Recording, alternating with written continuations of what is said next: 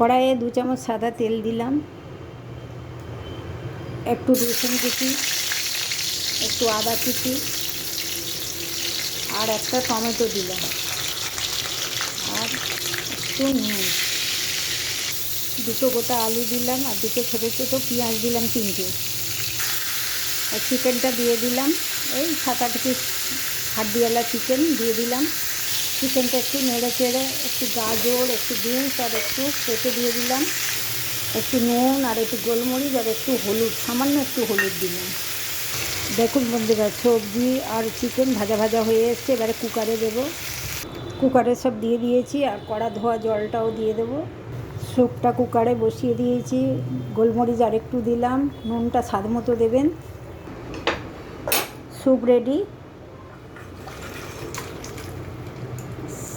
ঢেলে নিলাম। দেখুন বন্ধুরা, স্যুপ বানিয়েছি, কেমন হয়েছে দেখে বলবেন। ভালো হলে একটা লাইক, শেয়ার, কমেন্ট করে দেবেন।